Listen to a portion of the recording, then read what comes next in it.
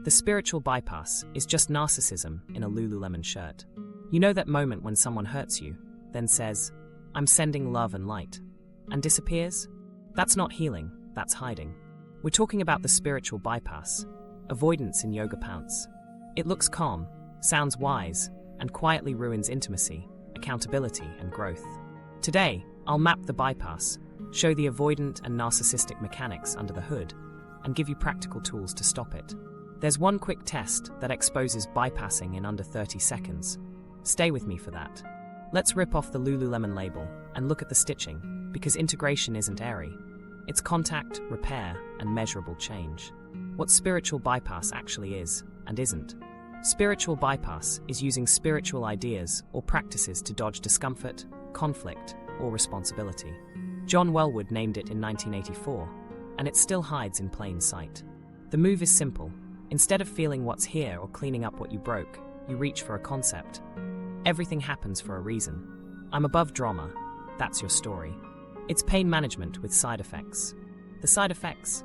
Disconnection, stalled growth, brittle self-esteem, and relationships that feel calm on the surface and starved underneath. What people miss is why it feels so peaceful. It removes friction.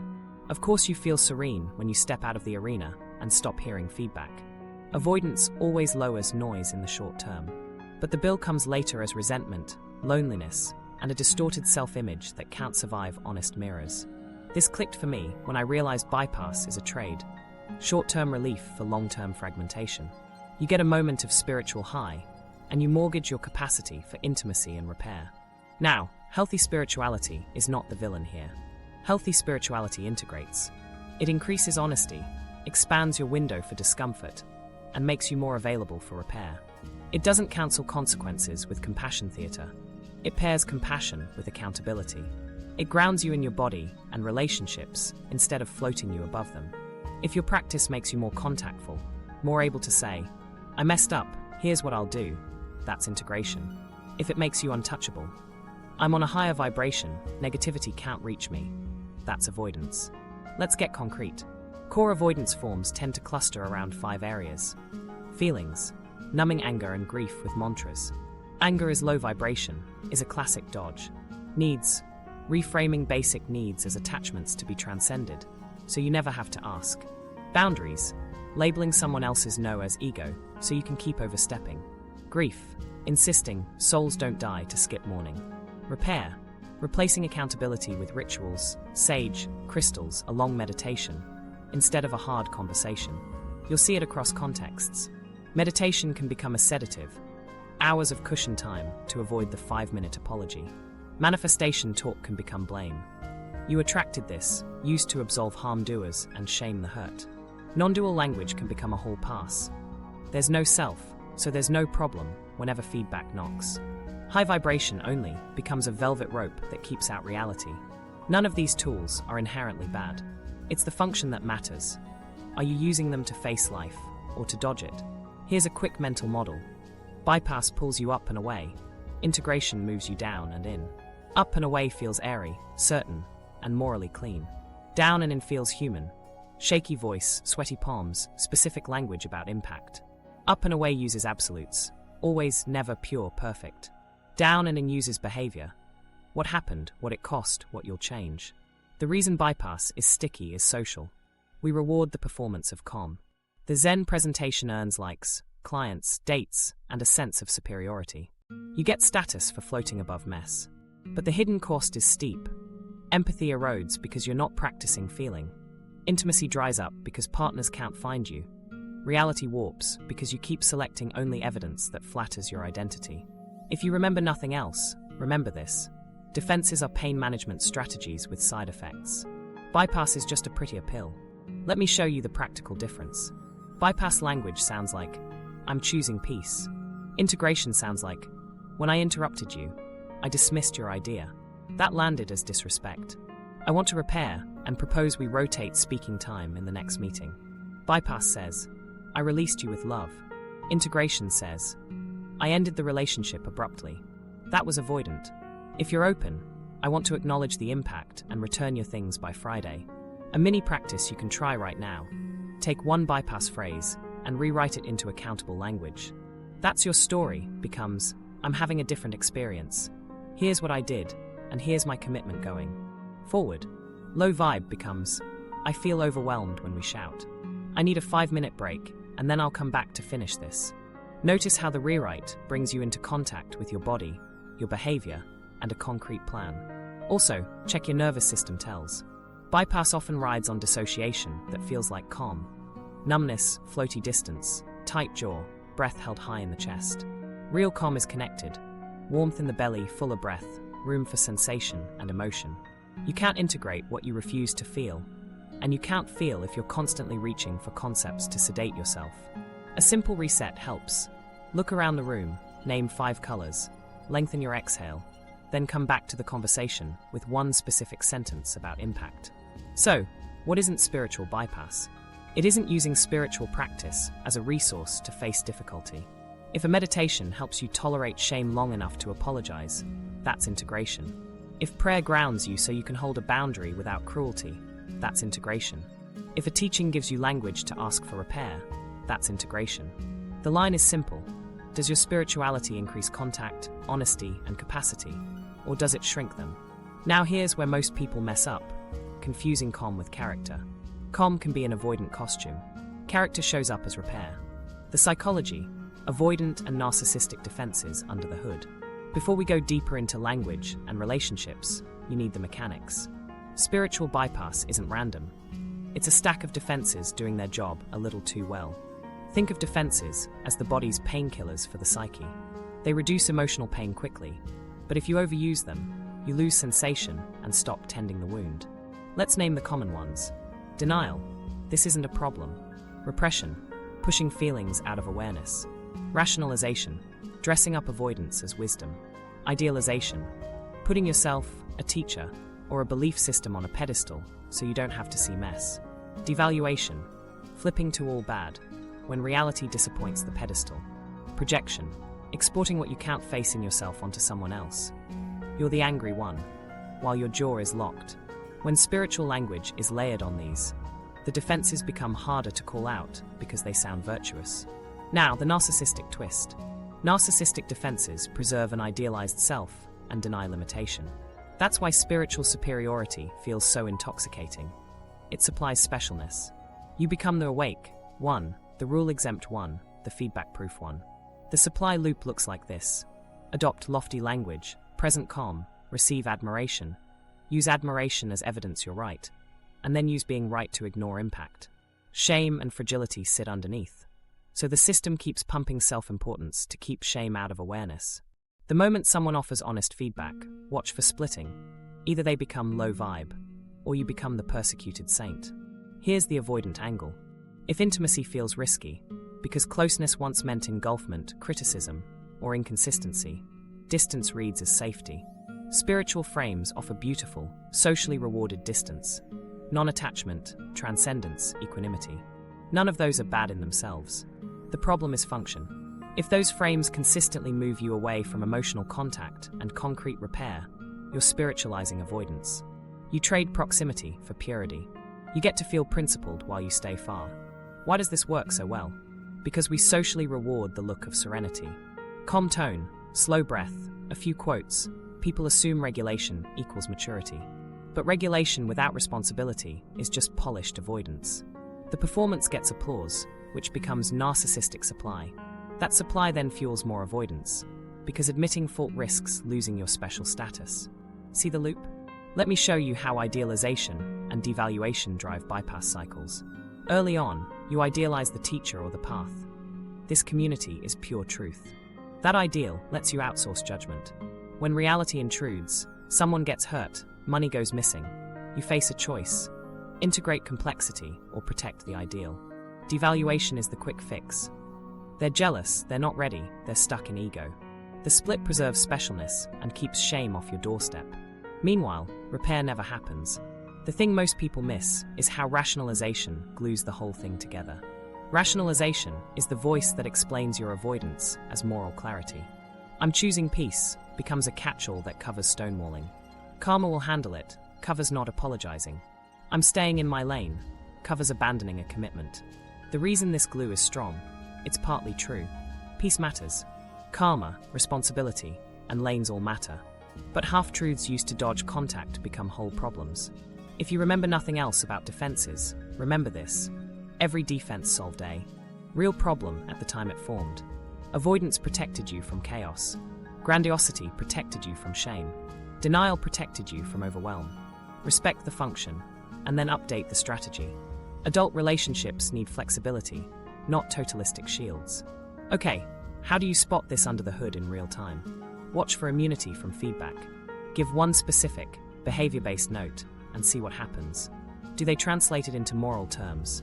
You're negative, you're projecting, you're attached, instead of addressing the behavior? That's a defense. Watch for entitlement hiding in purity. Special rules, chronic lateness reframed as flow, commitments treated as optional because spirit moved. Check for empathy gaps.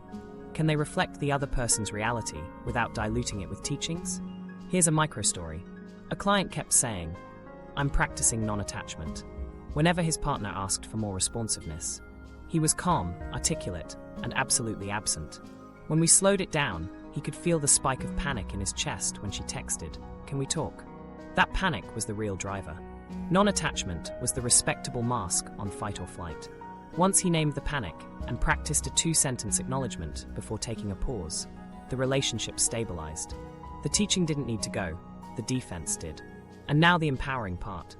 Defenses aren't enemies, they're outdated software. The update is integration. Keep the capacity for calm, lose the immunity to feedback. Keep equanimity, add repair. Keep perspective, add specificity. The moment you can say, "Here's where I defended, here's the impact, here's what I'm changing," you're moving from bypass to growth. Once you spot the defenses, the patterns in relationships jump out. How bypass shows up in language, receipts matter. Let's get precise, because receipts live in words.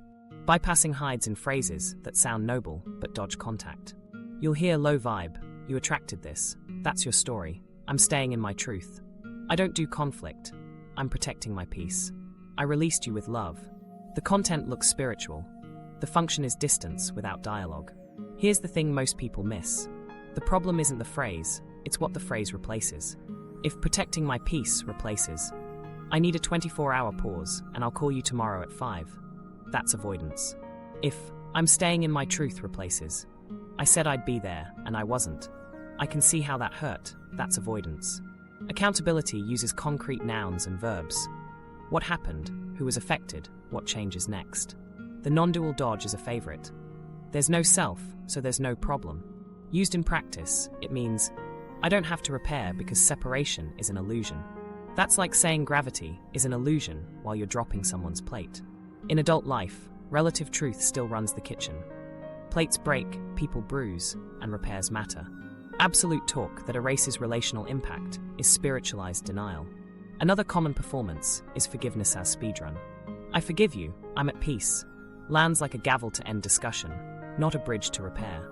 Real forgiveness follows acknowledgement, amends, and changed behavior. When "I forgive you" shows up before "I understand what I did," it's a bypass. It soothes the forgiver's discomfort while leaving the harmed person carrying the weight. Compassion theater is trickier because it looks kind. "I only want the best for you" gets used to silence anger, redirect pain, or leap over the messy middle. If your kindness makes it harder for someone to name harm, it isn't kindness, it's control with a smile. The shortcut here is simple. Measure compassion by whether it increases clarity and choice for the other person. So how do you de-bypass your language? Replace vague absolutes with behavior and impact. Instead of "this is low vibe," try "when we talk over each other, I get flooded and shut down." Instead of "that's your story," say, "I disagree about what happened. Here's my part, and here's one question." Swap "I'm choosing peace" for "I'm too escalated to talk well. I'm setting a timer for 20 minutes and I'll re-engage." Let's do a mini practice right now. Pick one phrase you've used. Write it down. Now translate it into 3 parts: event, impact, request. For example, "I released you with love" becomes "I ended things by text. That was abrupt and hurtful." If you're open, "I want to return your things Friday at 6 and answer one question you have." Another, "You attracted this" becomes "I didn't follow through on the budget. That strained you. I'm moving our check-ins to Monday with a shared sheet." Common mistakes to watch: moralizing. I'm more conscious instead of I missed the deadline. Future tripping. It'll all work out instead of here's what I'm doing this week. Disowning anger. I'm not upset while your tone goes icy. Anger held responsibly is clarity fuel. Words are the smoke, nervous. System is the fire. Notice bodily tells when you reach for spiritual stock phrases. Throat tightness before I'm fine. A floaty head while you say, I'm above this. Pause, breathe down into your belly, and try one sentence about impact. If you can't name impact, you're not ready to declare peace. 2 quick rewrites you can steal. I don't do drama. I won't stay in yelling. If voices rise, I'll pause and schedule a comma time. I'm in my truth. I'm saying no to this request. I know that's disappointing. Here's what I can offer instead. If you remember nothing else, remember this checkpoint. Accountable language contains a timestamp, a behavior, and a next step. Bypass language contains a vibration, a virtue, and an exit. When your words create contact, you're integrating. When they create immunity, you're avoiding. Words are measurable. Start there. Relationships, the bypass-driven cycle. Let's zoom into relationships, because this is where bypass turns from a concept into a repeating heartbreak. The cycle usually starts glossy and ends ghostly, and the whole thing is powered by purity logic that makes normal human needs look like flaws. First, idealization with spiritual glitter. In the opening weeks, everything is destiny-coded. We're twin flames. I've never felt energy like this, our souls knew. The rush feels deep, but it often skips the boring scaffolding of trust. Consistent bids, small repairs, aligned routines. High language does the lifting, so the relationship feels advanced while the fundamentals are untested. You're bonding over meanings, not behaviors. Then comes devaluation via purity. Needs get renamed as attachments, and boundaries get framed as ego. Ask for a callback window? Let's not cling. Want exclusivity? Labels are lower consciousness. The effect is sneaky. You start doubting your nervous system and outsourcing your reality to their philosophy. This is where the empathy gap widens. Your signals for safety, responsiveness, clarity, follow through, get dismissed as unspiritual. Next, conflict detours. Instead of addressing the moment, missed plan, sharp comment, broken agreement, the conversation veers into ritual or teaching. Let's breathe on it. Let's sage the room. Let's meditate until the charge is gone. Rituals can be resourcing, but here they get used to avoid the active ingredient. Naming harm, naming need, and agreeing on change. You leave the circle comma, but with no plan. After enough detours, ghosting gets framed as enlightenment. I released you with love. I'm honoring my path. Our contract completed. The exit is wrapped in benevolence to avoid the guilt of leaving. Meanwhile, you're left holding questions, confusion, and a weird sense that your grief is unsophisticated. That's the narcissistic supply kicker. They get to feel spiritually consistent while you process alone. Why does this ruin trust? Because safety isn't a vibe, safety is response. When you raise a need, you need contact, not concepts. Trust is built when someone can feel your impact, take ownership, and say what happens next with a date attached. When they don't, your body learns that connection equals gaslight by grace. You stop bringing things up, which looks like harmony and feels like walking on eggshells in a temple. Now here's the game changer nobody talks about. Repair is a skill, not a feeling. Most couples don't fail for lack of love. They fail for lack of a template. Use this repair sequence and watch the cycle break. 1. Name the harm in plain behavior. I agreed to be there at 6 and arrived at 8. 2. State the impact without defending. You waited, worried, and felt unimportant. 3. Offer the plan.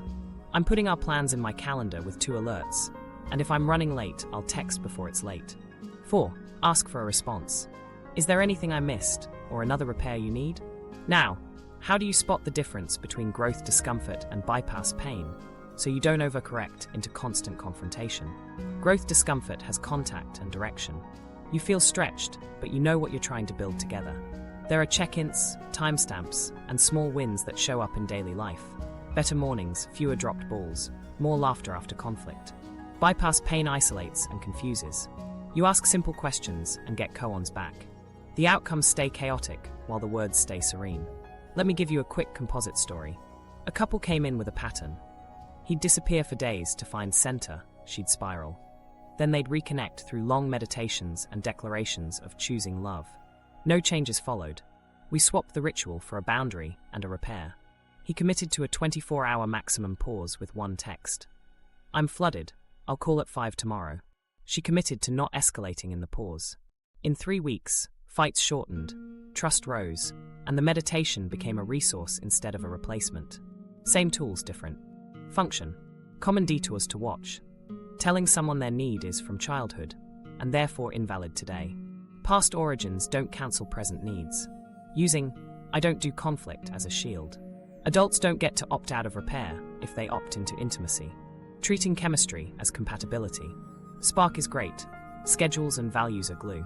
Here's a boundary script for when purity logic shows up. I'm hearing that labels feel limiting. I'm looking for exclusivity because it's how I do safety. If you don't want that, I'll step back. If you do, let's define what exclusivity means by Friday. Notice, no moralizing, just clarity and consequence. And since we're on consequences, here's your repair template again. Simple enough to memorize. Name the harm, state the impact, offer the plan. Add one more step if it's recurrent, audit. Let's check in next Sunday for 5 minutes to see if the plan worked. That audit closes the loop, so repair isn't just vibes. If you remember nothing else here, remember this. Love speaks in responsiveness. Purity without response is performance. Replace the pedestal with a calendar, the mantra with a micro-commitment, and the cycle breaks. Spot the difference.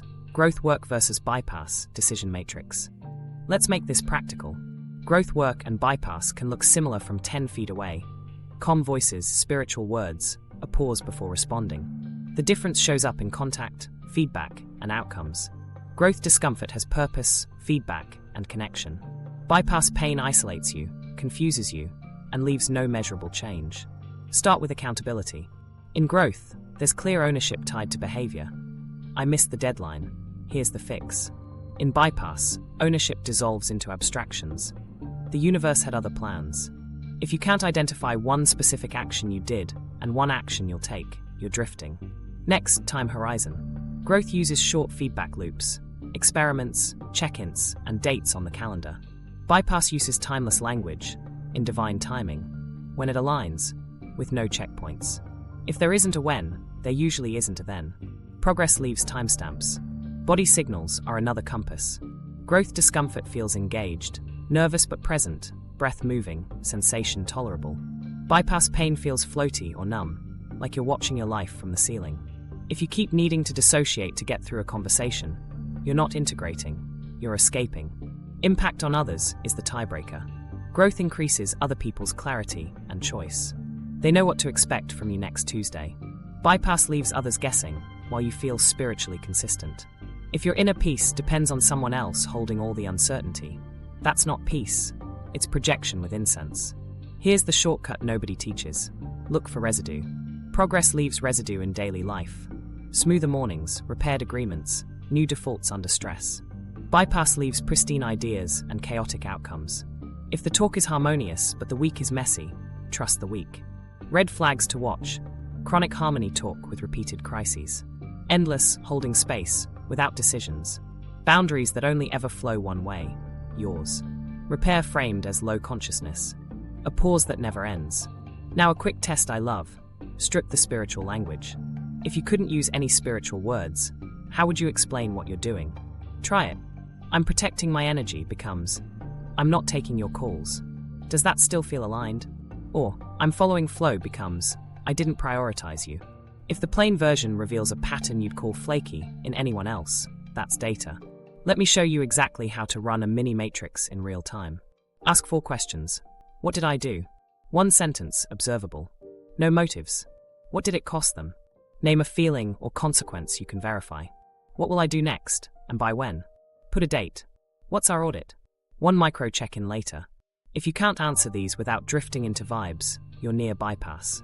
If you can, you're in growth territory. Common traps here. Confusing self-regulation with avoidance. Taking a pause is growth when it's time-bound and communicated. It's bypass when it's indefinite and unannounced. Mistaking insight for change. A beautiful realization without a behavior attached is inspiration, not integration. Weaponizing acceptance. Acceptance means acknowledging reality, so you can act inside it, not resigning to avoid action. Let me give you 2 micro-stories. A manager used trust the process to soothe her team after missed deliverables. Morale tanked. We swapped in a growth loop. We slipped the deadline by 4 days. I'm adding a mid-sprint review on Wednesdays at 3. We'll measure cycle time for 30 days and adjust. Output climbed, anxiety dropped. Residue. A couple kept saying they were honoring each other's nervous systems by avoiding hard talks. They were roommates with candles. We set a container. 20-minute weekly repair with a timer, 2 feelings max, 1 request each, and a 48-hour follow-up. They argued more briefly, laughed sooner, and started touching again. Residue. Before we continue, you need one more calibration tool: other people data. Ask a trusted friend to mirror what changed in your behavior over 2 weeks. Not how you sounded, what they saw. If nobody can name a change, the change probably didn't happen. Last filter: cost accounting. Growth increases total system health, your well-being and theirs. Bypass preserves your comfort while externalizing costs. If your peace keeps creating extra labor for others, that's not spiritual, it's selfish.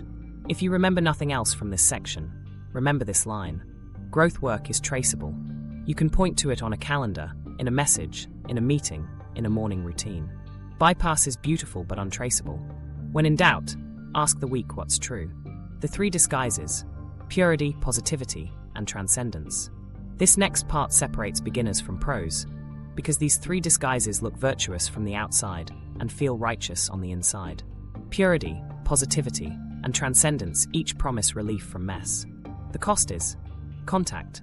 I'll show you how each one operates, a quick microstory so you can feel it, and the countermoves: curiosity, consent, and containment. Purity first. Purity is rule-bound goodness used to avoid complexity. It sounds like clean eating, clean energy, clean relationships, all the way down to clean emotions. The symptom isn't cleanliness, it's rigidity and judgment. There's always a right way to feel, to love, to show up, and people who don't match get labeled contaminated. Why it sticks: certainty is dopamine. A clear rule is easier than a nuanced repair. And purity grants status. You're more evolved because you're stricter. Microstory. A client joined a conscious community with strict codes about conflict. You had to process solo before speaking, always in neutral tone, never naming specifics in group. It looked orderly. In practice, harm went unnamed. The person most fluent in rules won every conversation. The quiet ones withdrew. When we swapped purity for consent, things changed. They created a consent-based sharing norm. Do you want impact or comfort? Speakers asked, listeners chose. Real data surfaced, and 2 concrete repairs happened within a week. Countermove for purity is curiosity. Replace "is this pure?" with "what's true and useful here?" Trade rules for questions. What actually happened? What helps now? Who gets to decide? Curiosity loosens judgment without abandoning standards. Add consent. Ask before offering teaching. Do you want perspective or just presence? Consent prevents purity policing disguised as guidance. Now positivity. Positivity is compulsive optimism used to suppress anger and grief. It sounds like good vibes only. Trust the timing. Gratitude fixes everything. Again, optimism isn't the problem, compulsion is. The symptom: a brittle brightness that cracks when reality talks back. The payoff is social. You're easy to be around and never bring the room down. The hidden cost: your nervous system never completes cycles. Unfelt anger becomes sarcasm, health symptoms, or quiet resentment. Unfelt grief becomes disconnection. Microstory: a leader kept telling her team, "We've got this, stay high vibe," after every missed deadline. The team stopped sharing risk early. When we allowed anger and grief a lane, 10-minute debrief, 2 feelings max, 1 ask, positivity stopped being a lid and started being a resource. The room got heavier for a minute and lighter for the month. They met 2 sprints on time because people named obstacles while they were still solvable. Countermove for positivity is containment. Give tough emotions a clear container so they don't flood or vanish. Try 2 minutes to name what sucked, 1 minute to name what will do. In relationships, I want 10 minutes to be angry about what happened yesterday. No fixing. Then I'll ask for one change. Containment lets emotion complete without taking over. You don't have to choose between endless venting and fake cheer. Finally, transcendence. Transcendence is floating above humanity to avoid attachment and repair. It sounds like non-attachment, witnessing, absolute truth. These are beautiful capacities. The problem is when they cut the cord to relative truth. where promises, boundaries, and dishes live. The symptom: you can talk emptiness for an hour but can't say, "I'm sorry," in a sentence. Why it sticks: transcendence gives you altitude and relief from the body's alarms. It also gives identity coherence. You're the seer, the witness, the non-dual one. Socially, that's magnetic. Micro-story: a meditator kept saying, suffering arises from identification. When his sister asked him to show up on time for childcare, he wasn't wrong about suffering. He was wrong about responsibility. We brought him back to the kitchen. He texted, "I've been late 3 times. That stressed you and the kids. I'll arrive 10 minutes early for the next month. And if I can't, I'll pay for a sitter." He didn't lose transcendence, he gained integrity. The funny part? His sits got deeper after he repaired, because his nervous system stopped bracing for the next confrontation. Countermove for transcendence is consent plus containment. Ask, do you want the wide angle or the zoom? If someone chooses zoom, stay in relative truth until repair is done. Contain your altitude. I'll share a perspective after we agree on the plan. And practice a rule of thumb. No absolute talk until you've named one concrete behavior and one date. Why these disguises fool smart people? They deliver coherence fast. Purity gives a rule, positivity gives a feeling, transcendence gives a frame. Together they form an identity that feels stable, admirable, and safe. But if your stability requires silencing feedback, your safety rests on other people doing the emotional labor you're avoiding. Here are 3 quick switches to test today. Purity to curiosity. Is this pure? What would make this 10% better for both of us by Friday? Positivity to containment. Let's stay high vibe. Let's do a 5-minute gripe, then pick one fix. Transcendence to consent. There's no self. Want a big picture take, or should I just own my part and plan a repair? If you remember nothing else here, remember this. The real flex isn't purity, positivity, or transcendence. It's flexibility, being able to feel, to think, to choose, and to repair. Before we go deeper, here's the 30-second exposure test that makes bypass crack. The 30-second exposure test. Do you bypass? Let's run the exposure test. Grab one recent conflict, something mildly hot, not your biggest trauma. Set a 30-second timer. Your job is to write one sentence that names the impact in plain language, plus one behavioral request. No spiritual buzzwords, no diagnosing motives, no poetry. Just what happened, how it landed, what you want next. Here's the prompt, exactly. When X happened, I felt Y. It impacted me by Z. I'm asking for Q by a specific time. Start your timer now. Common mistakes will try to sneak in. Moralizing. You were unconscious. That's a judgment. Rewrite it as behavior. You read my message on Monday and didn't reply. Future tripping. It'll all align. That's avoidance. Replace with a date. Please confirm by Thursday at 3. Mind reading. You don't respect me. You can't verify that. Swap to impact you can name. I felt dismissed and stayed up late worrying. Let me give you 2 clean examples so you can feel the shape. Work. When you reassigned the client without looping me in, I felt blindsided. I lost trust and had to work late to catch up. I'm asking that you ping me before reassignment and add me to the handoff doc by Friday. Love. When you left during the argument without telling me when you'd be back, I felt scared and alone. I didn't sleep. I'm asking for a text within 10 minutes saying when you'll return or a time to reconnect. If your pen stalls, your nervous system's raising its hand.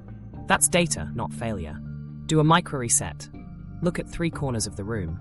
Name 2 colors, feel your feet, and lengthen your exhale. Now return to one concrete verb. Said did left missed called arrived.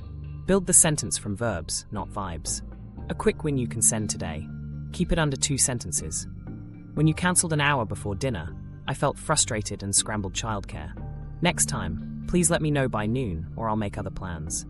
That moves repair forward without a lecture. It's specific, time-bound, and testable. 2 more fast conversions you might need. I'm protecting my energy becomes, I'm not available for calls after 8. If you need something urgent, text before 6. I released you with love becomes, I ended things by text. That was hurtful. I can meet Friday at 5 to return your things and answer one question. If you wrote something and it still sounds airy, run the plain-speak filter. Could a teenager understand it? Would a calendar reflect it? If not, you're not done. Add a timestamp or a measurable action. Now, what if they don't respond well? That's outside your control. Your practice is contact, not control. If they deflect, you've still exposed the bypass and clarified your next step. Follow with your boundary. If I don't hear back by Tuesday, I'll assume no and proceed. If that felt hard, your nervous system has something to say. Good news, we're about to listen. Nervous System 101. Why bypass feels safer. If that exposure test jammed your pen, that wasn't a mindset problem. That was your nervous system trying to keep you safe. When conflict hits, the body moves first, meaning arrives later. In polyvagal theory terms, Stephen Porges, your system runs neuroception, a fast subconscious threat scan that flips states before you can think. Fight, flight, freeze, and fawn aren't just biology. They're the engine under a lot of love and light. Fight dresses up as righteous teaching. Flight calls itself needing space. Freeze pretends to be equanimity. Fawn performs compassion to avoid saying no. Why would your body prefer bypass? Because clean narratives feel safer than messy sensation. Shame, anger, and grief are high-voltage currents. If you grew up without co-regulation, no one met you, named it, and helped you come down, your system learned to self-stabilize fast. Concepts are fast. Accountability is slow, relational, and uncertain. So your brain reaches for the fastest brake pedal it knows. A spiritual frame that lowers arousal without requiring contact. The body keeps score by pattern, not by philosophy. If your heart rate spikes at the words, "We need to talk," your system is predicting danger. That prediction triggers protective moves before you can think. Then the mind backfills with meaning.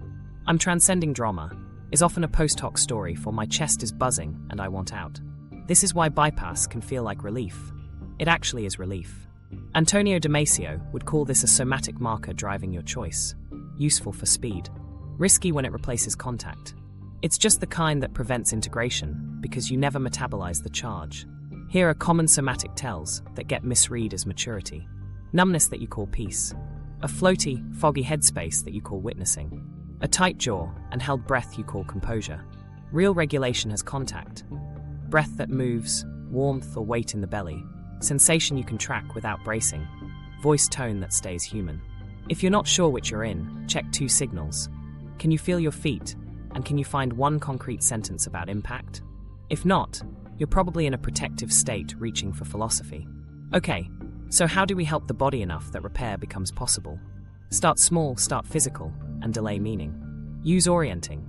Let your eyes land on 3 objects with edges, then 3 with curves. Name their colors out loud. That pulls you out of threat scanning and back into here. Add pendulation. Gently move attention between a neutral sensation, hand on thigh, and a charged spot, tight chest. Back and forth, 6 breaths each. You're teaching your system it can visit intensity without getting stuck. Next, name sensation before story. Heat in my cheeks, buzzing in my hands, breath high. No morals, no metaphors. This interrupts the narrative stampede and lowers activation. Then add 1 micro-movement that completes the impulse your body wanted. Press your palms into the desk, push your feet into the floor, or squeeze a towel while you exhale. Fight and flight need a small due to discharge. Freeze needs warmth and slow, long exhales. Fawn needs space to feel anger without abandoning connection. Now pair state with skill. From a bit more regulation, pick one of the sentences we practiced. Event, impact, request. Keep it under 2 sentences, so you don't outpace your body. If you're mid-conflict, ask for a time-bound pause with a return. "I'm too escalated, I'll circle back at 5. That turns flight into a container instead of a disappearance. 2 mistakes to avoid. 1. Using somatics as a new bypass. Endless breath work without the follow-up text. 2. Jumping to insight while your body's still redlining. Insight lands when arousal is low enough to encode a new pattern. If you remember nothing else, remember this sequence. Sensation, regulation, relation.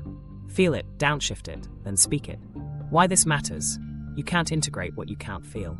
And when your nervous system is online, shadow work stops being aesthetic and starts being doable.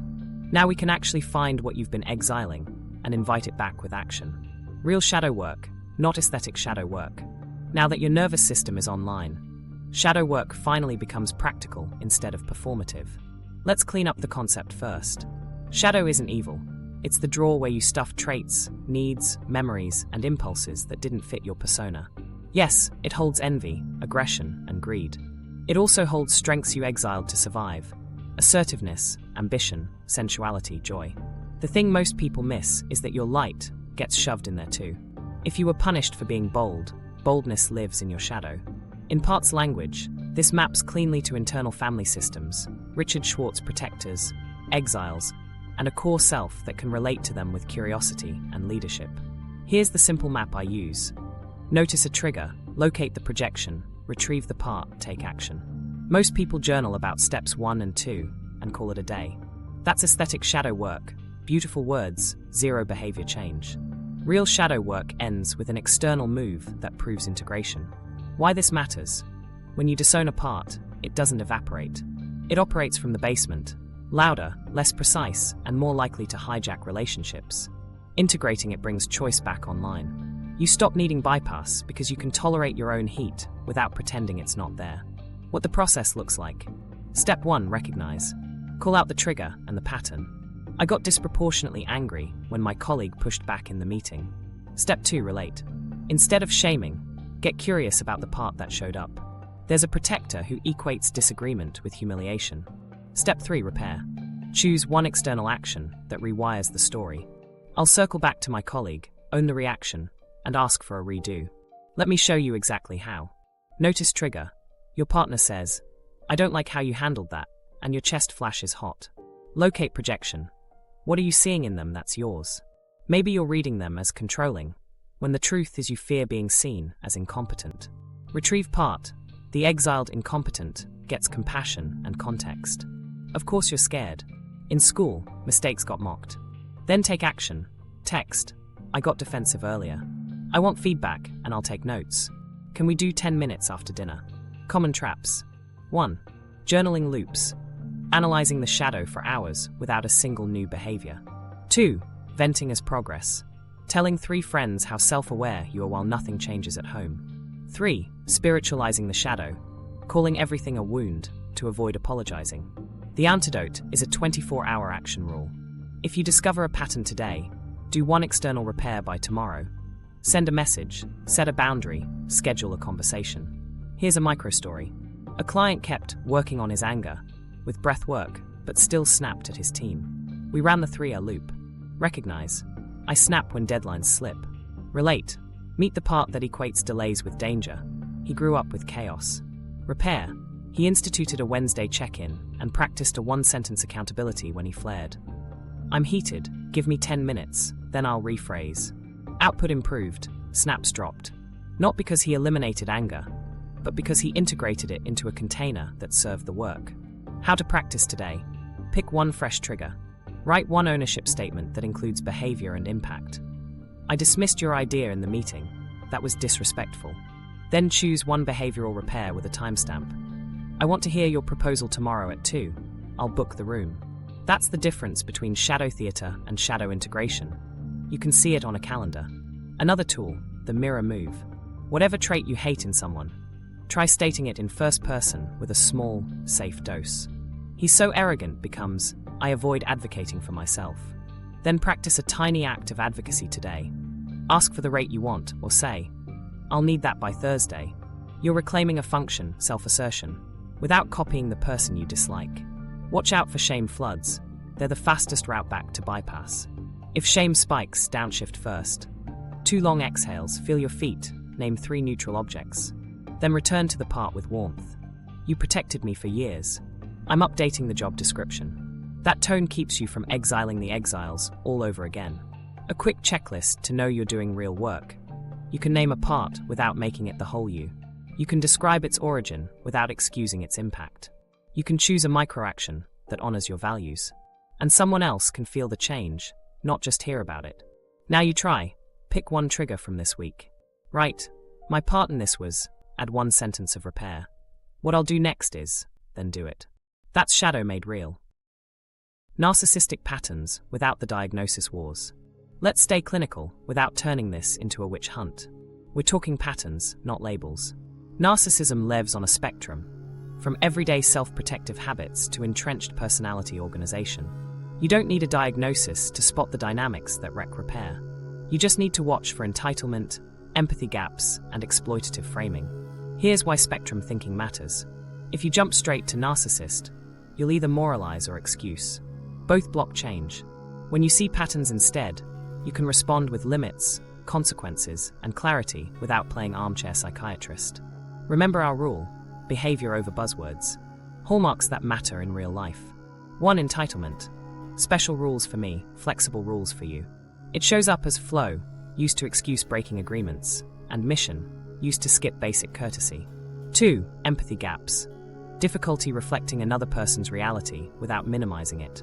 They pivot fast from your impact to their intention. 3. Exploitative framing. Relationships seen as supply sources, access to admiration, resources, status, rather than mutual influence. Add the supply mechanics. Admiration and exception status feel like oxygen. The person curates an image, calm, enlightened, unbothered, and then arranges interactions to keep that image fed. When feedback threatens the image, defenses flare.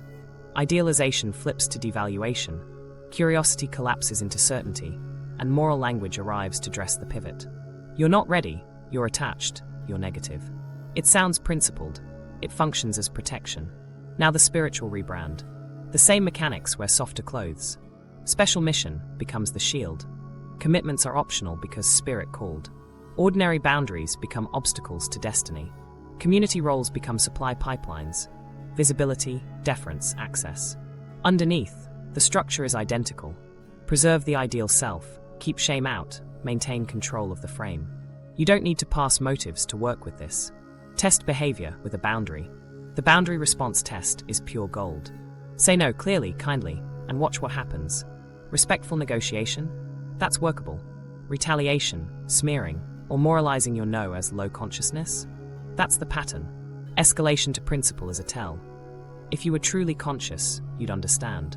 Translation: my needs trump yours. Another litmus test: accountability latency. How long does it take for them to own one concrete behavior without a sermon? Measured in minutes and days is healthy. Measured in months and never? That's not capacity. That's structure.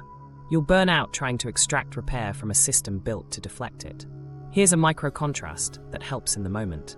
Healthy confidence can say, I believe in my view, and I may be missing something. Narcissistic organization struggles to hold both poles. It requires certainty to stabilize self-worth. That's why arguments feel like identity wars, not problem solving. If simple requests reliably trigger global debates about truth and purity, you're not in a discussion, you're guarding a self-concept. Okay, so what do you do that isn't moralizing? Limits with consequences, delivered without venom. I'm not available for last-minute changes without consultation. If it happens again, I'll step off the project. No diagnosis, no sermon. Just a boundary and a next step. Follow through once. In these systems, words don't teach, consequences do. 2 scripts you can use. In love, I care about you, and I won't stay in a dynamic where feedback gets spiritualized. If we can keep our notes behavior-based and time-bound, I'm in. If not, I'll take distance. At work, we can explore strategy, but missed deadlines will trigger a handoff. I'll document expectations in writing. Common mistakes to avoid. 1. Arguing with the frame. The more you debate purity, the more supply you feed. Shift to specifics or disengage. 2. Over-explaining your boundary. That invites reframing. Keep it short. 3. Trying to outcome the calm. You don't win by matching presentation. You win by making the system transparent and making choices. And a reality check. Some patterns soften with consistent limits and clear incentives. Others don't. Measure change by residue. Fewer boundary tests, faster ownership, concrete shifts you can see on a calendar. If nothing changes after you've set and enforced 2 consequences, believe the pattern. Leave the diagnosis to clinicians. Take the data seriously. Bottom line, spectrum, not slur. Watch entitlement, empathy gaps, and exploitative framing. Run the boundary response test. Use limits with consequences, no moralizing. If behavior changes, great. If not, adjust exposure. That's how you protect your sanity without playing therapist or priest. Group dynamics. How communities amplify bypass. Let's scale this up from individuals to groups, because communities can. Turn one person's defense into a whole operating system. The mechanics are the same. Avoid pain, preserve image. But the amplification turns harm into policy and doubt into heresy. Start with echo chambers. When a group rewards high-vibe talk and penalizes friction, you get purity spirals. Each person tries to be more aligned, more surrendered, more compassionate than the last. Standards ratchet upward, while realism ratchets down. Soon, naming harm sounds unspiritual compared to the clean glow of agreement. Heretic hunting follows. Anyone introducing inconvenient data, financial questions, consent concerns, basic logistics, becomes negative or not ready. The group's identity bonds around who's out, not what's true. Layer on leader myths. The cocktail is charisma, certainty, and scarcity. Charisma creates attraction. Certainty calms anxiety. Scarcity, limited seats, special transmissions, inner circles, fuels urgency. None of that is illegal. The danger starts when certainty replaces feedback. If the leader's word trumps process, bypass becomes institutional. People learn to reframe discomfort as transformation instead of considering whether something's just off. Now watch the gaslight loop. It goes, you raise a concern, the response pathologizes the concern. You're sent to do more work on yourself, the issue remains. If you doubt, you're not ready. Your trigger is your teacher. We don't do gossip, used to shut down whistleblowing. The loop preserves harmony by making dissent a symptom. It's tidy. It's also how communities drift into unreality. Ritual over repair is the softer version. Public performatives, apology circles, forgiveness ceremonies, group meditations replace private accountability with clear steps, documentation, and timelines. People feel moved, tears flow, and nothing changes. If the process can't produce a plan you could email, it's a vibe, not a repair. Rituals are great as nervous system regulation. They're terrible as substitutes for governance. So how do groups stay honest without losing spirit? Build safety into structure. 3 practices change everything.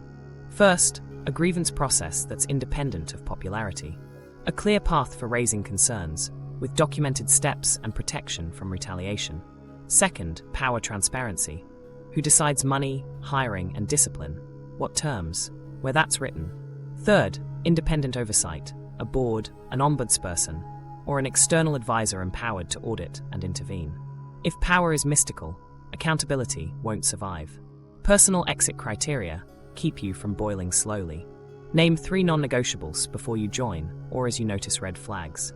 For example, transparent finances available on request, consent first touch and emotional work, documented timelines for repairs that involve harm. If 2 get breached and the third looks shaky, you're done. You don't need to argue with the philosophy. You can just follow your policy. Here's a quick microstory to feel the difference. A community I consulted for prided itself on radical honesty, yet complaints about boundary crossings kept disappearing into sharing circles. We introduced a simple flow: report triage within 48 hours, private interviews, findings summary, concrete remedies with dates, 30-day audit. Within 2 months, incidents went down, membership stabilized, and the circles got lighter because people trusted there was a backbone. Now, how do you navigate when you're inside and unsure? Use the boundary response test at scale. Offer behavior-based feedback to a coordinator and watch the reaction. If they translate it into moral terms, you're not trusting, you're projecting. Instead of addressing the behavior, that's the culture speaking. Ask 3 clarity questions. What's the process? Who decides? By when? If answers float, your data's in. Common traps to avoid in communities. Confusing warmth for safety. Warm hugs don't replace grievance pathways. Outsourcing your judgment to the most fluent person. Eloquence often wins in purity systems. Treating belonging as proof of truth. Sometimes you fit because you've learned to self-silence.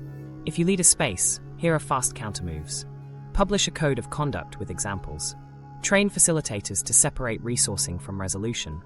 Regulate first, then plan repairs.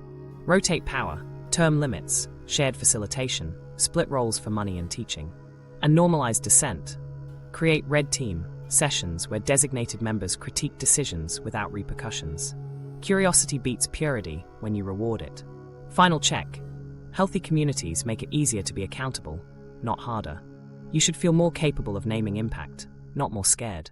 You should see plans with dates, not just posts with quotes. If you remember nothing else, remember this. Real community is measured by how it handles friction. If conflict disappears, truth did too.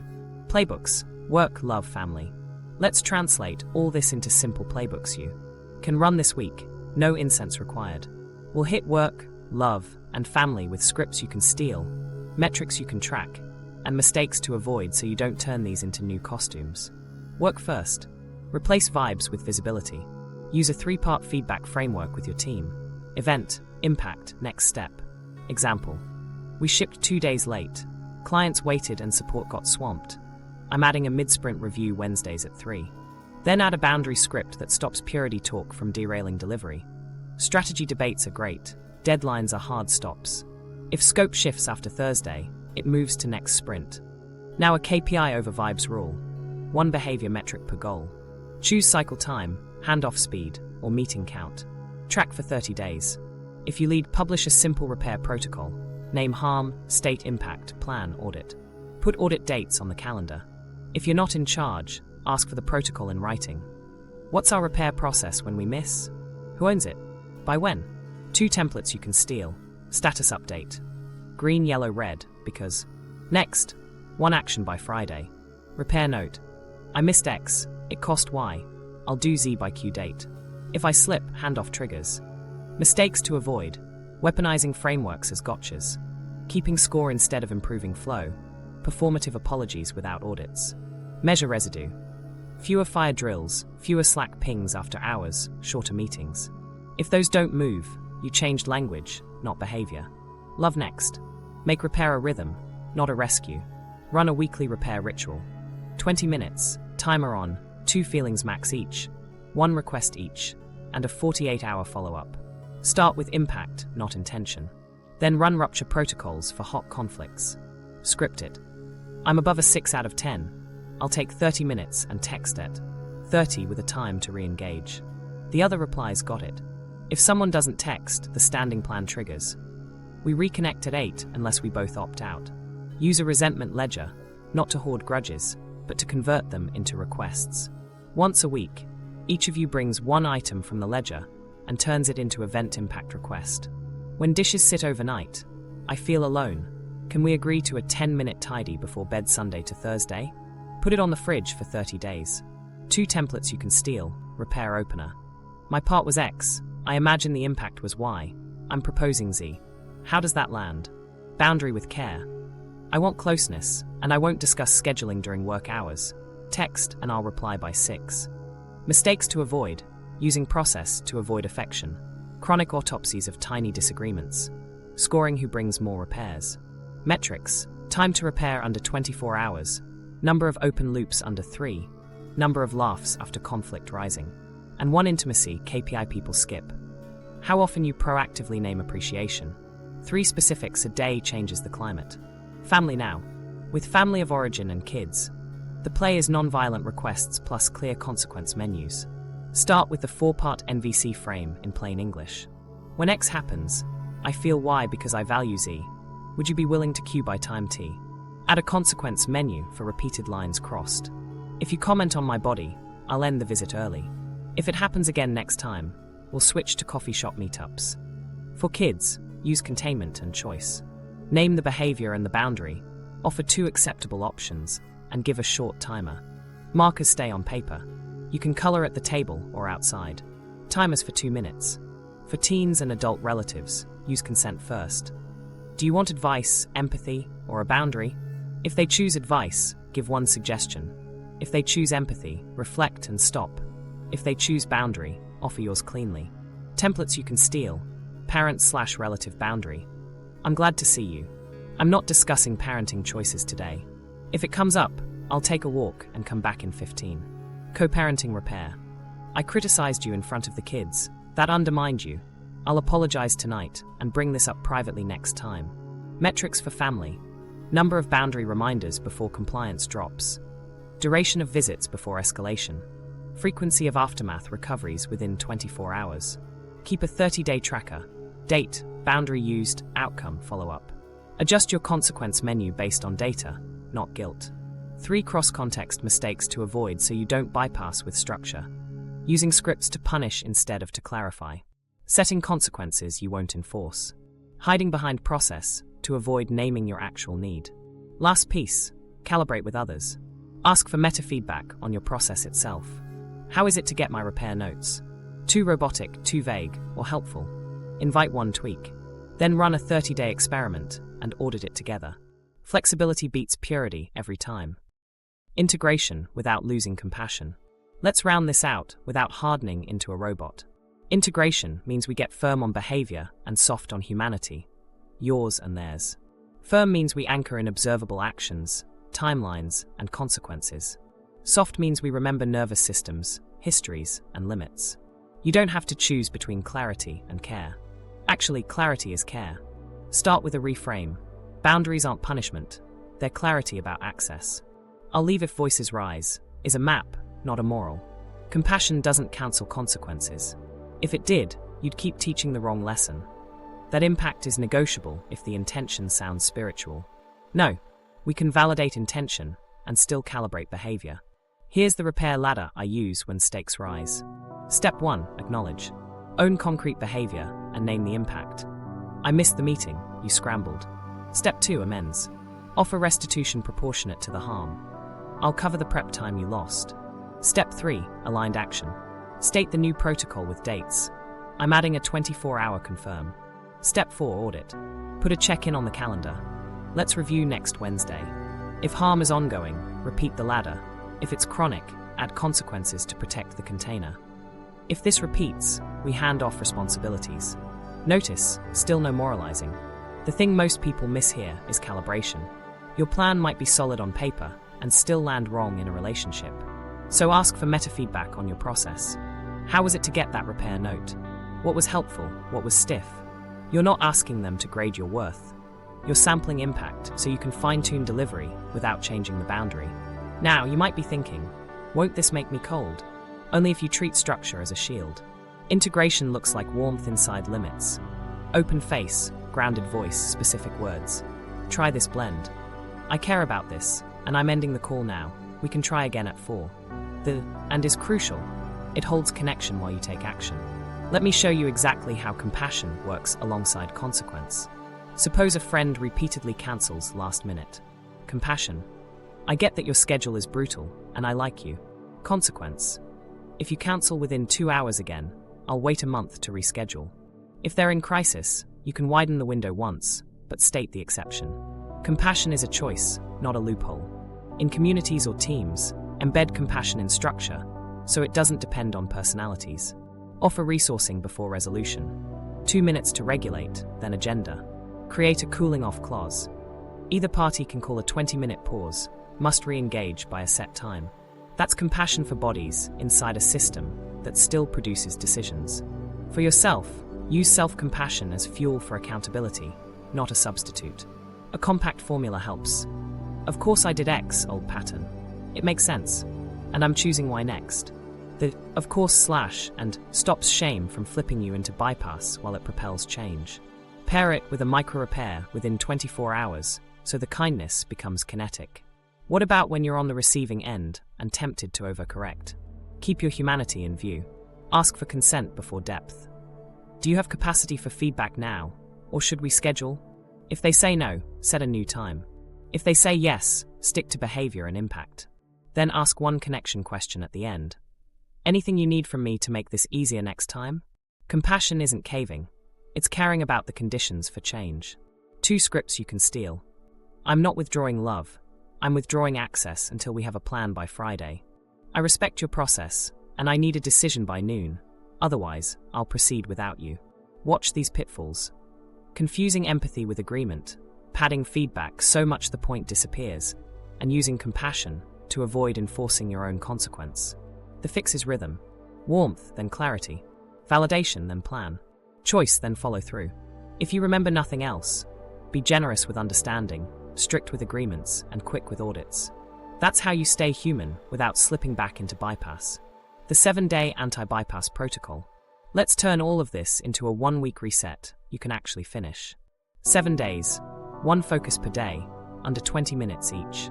Keep a notes app open. We're going for residue, not perfection. Day 1, language inventory. Scroll your last 30 days of messages and journal entries. Highlight any phrases that smell like bypass. Low vibe, it'll align. Protecting my energy. No bad days. It's all perfect. Pick 3. Rewrite each into plain speak with behavior, impact, and a boundary or request with a date. Example. Protecting my energy becomes, I'm not available after 8. Text by 6 if it's urgent. Send one today. That starts the week with a tiny win. Day 2, body check-ins. 3 times today, 2 minutes each, morning, midday, evening. No meaning, just sensation. Words warm, tight, buzzy, heavy, floaty, and one regulating move. Options: orient to 3 edges and 3 curves you can see. Press feet into the floor for 4 breaths. Lengthen exhale for 6 counts. End each check-in by rating readiness for contact on a -10 scale. If you're under 4, don't start hard talks, schedule them. You're teaching your system. We feel first, we choose next. Day 3, 1 repair message. Use the template we've practiced: event, impact, request, date. Keep it under 3 sentences. Send it. If you owe a bigger repair, book the conversation today and say you'll come prepared with 1 change. Close with an audit. Let's check in next Tuesday. This moves your identity from thinker to mover. Day 4, boundary with a micro consequence. Choose 1 recurring friction. Late replies, last-minute cancellations, dropped chores. Write a clean boundary plus a micro consequence you'll actually enforce. If you cancel within 2 hours again, I'll wait a month to reschedule. Or, if dishes sit overnight, I'll set a 10-minute timer and finish without discussing it. Communicate it once, then follow through once. Data beats debate. Day 5, shadow retrieval with the 3R loop. Pick 1 fresh trigger from the week. Recognize. Name the pattern without shame. I got sarcastic when you gave feedback. Relate. Meet the part. A protector equates critique with danger. Repair. Do 1 external act that rewires the story. I want the feedback. Can we do 10 minutes at 4? I'll take notes. Bonus. 1 self-advocacy micro-move today that claims a strength you've exiled. Ask for a rate. Block a focus hour. Say, I'll need that by Thursday. Day 6, community audit. List your top 2 groups: work team, friendship circle, class, spiritual community. Run 3 questions on each. What's the grievance process?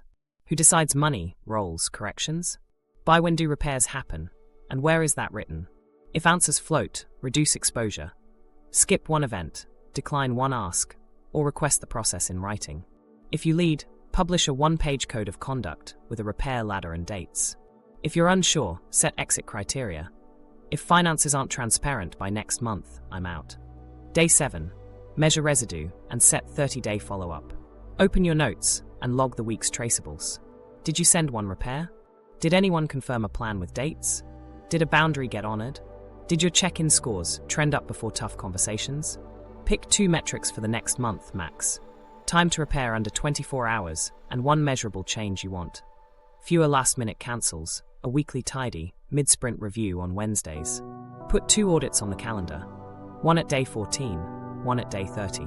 Text 1 accountability buddy. I'm tracking X and Y. Ask me on the audit dates.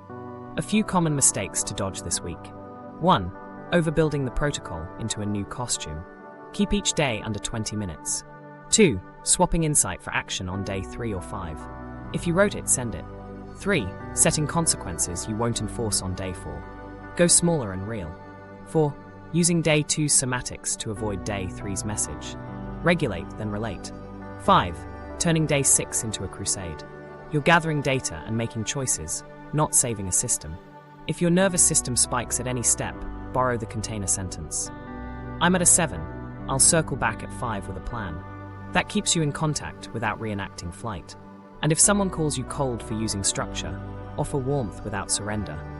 I care about this, and I need a time-bound plan to stay in. By next Sunday, you should see residue. 1 cleaner thread, 1 clearer boundary, 1 comma body check-in, 1 repaired loop. That's the point. Spirituality that integrates shows up on your calendar, not just your feed. Put the protocol where you can see it, run it once, and let the data teach you what to keep. Quick FAQs that prevent backsliding. Isn't acceptance just bypass? Acceptance without action is bypass. Acceptance with action is grown-up regulation. The move is, name reality, then choose a behavior.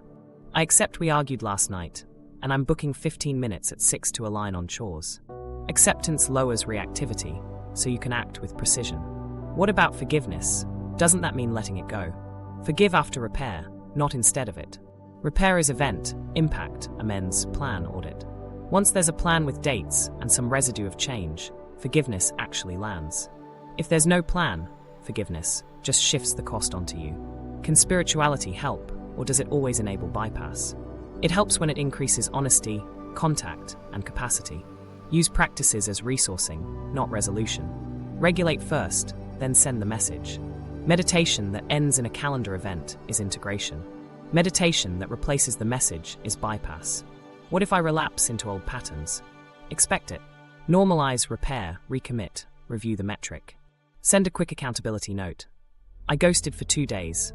Impact was stress. I'm back and proposing. Wednesday 3 p.m. to close the loop. Then check your 2 metrics in 48 hours. How do I handle someone accusing me of being unspiritual for setting boundaries? Translate to behavior. I'm keeping my boundary. If you want to discuss logistics, I'm open.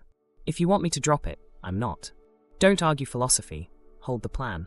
How do I know I'm not overcorrecting into rigidity? Ask for meta-feedback. Is my repair process helpful or stiff? If people experience more clarity and more warmth, you're in range. If clarity rises while contact drops, add a 30-second appreciation before the plan. Here's the takeaway. Spirituality that won't face conflict is avoidance in nicer clothes. Real growth shows up as traceable repairs, clearer boundaries, and calmer bodies under stress. Run the 7-day protocol this week and track 1 measurable change. Then watch the advanced shadow integration video next. And subscribe for grounded psychology that respects your brain and your boundaries.